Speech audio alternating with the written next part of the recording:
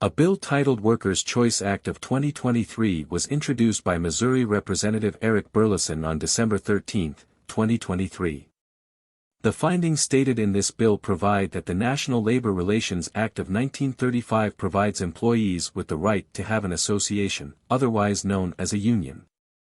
In 2022, the Bureau of Labor Statistics found 6.8% of employees were represented by a union in the private sector, which is any occupation not in the government.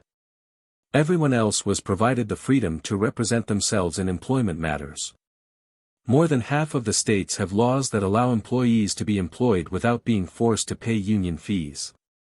As these employees should have the right to represent themselves in employment negotiations, the bill posits that labor unions should not be required to cover employees that are not opting into the union through official membership. These findings and perspectives are important for two reasons. The first is wage negotiation, which has wider impacts outside of the employee's household. If employees approach their employer requesting an increase in pay, regardless of the working conditions, the employer has to make the best decision for the company, or the best decision for themselves.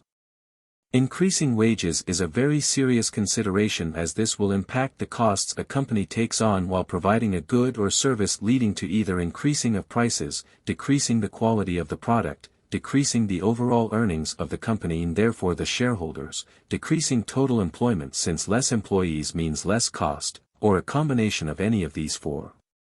Increasing prices will lead to general inflation, as would decreasing quality since either more of the product would have to be purchased or demand for other like items at higher prices will increase. Decreasing dividends to shareholders will drive the stock price down and reduce investments into the company, all but halting growth of the company, either forcing it to accept the slowdown or, more likely, increase prices to make up the difference. And of course, job loss and unemployment are never good for the employees. A union takes the voices and demands of many workers and both centralizes and focuses them to communicate to the employers with the aid of much more effective legal and financial expertise. The second reason understanding union impacts is controlling the wages of workers.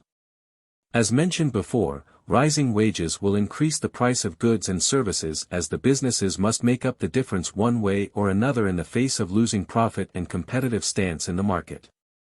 If these prices do rise, you will also find that unemployment rises with it.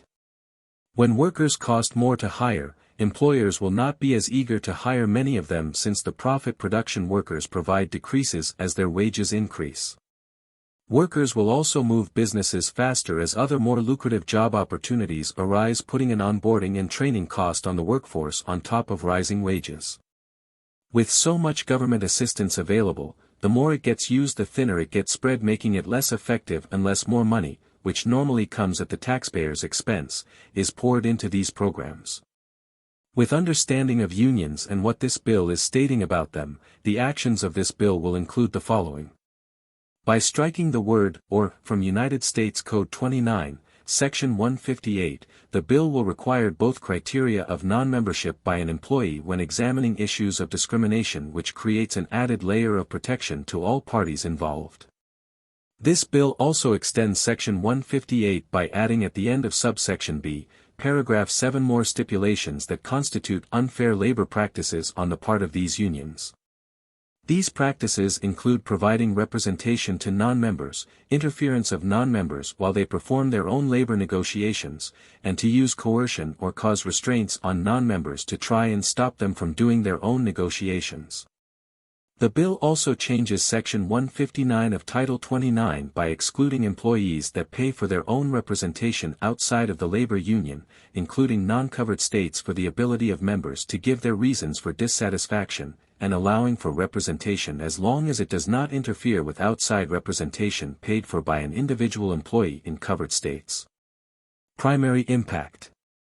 This bill passing will make union representation more focused, keeping the non-members and members separate from each other as not to interfere or take away from either party's demands and actions.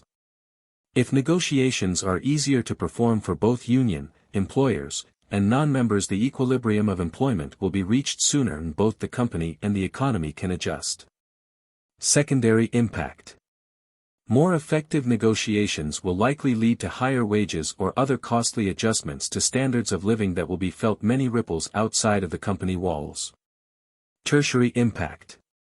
Employees that remain at the place of employment will enjoy better conditions, pay, or any other key issues of their respective industries. Quaternary impact. Unemployment will rise with rising wages and costs of employment, putting a tax on taxpayers and a strain on a system already under pressure to succeed or lose many people to poverty.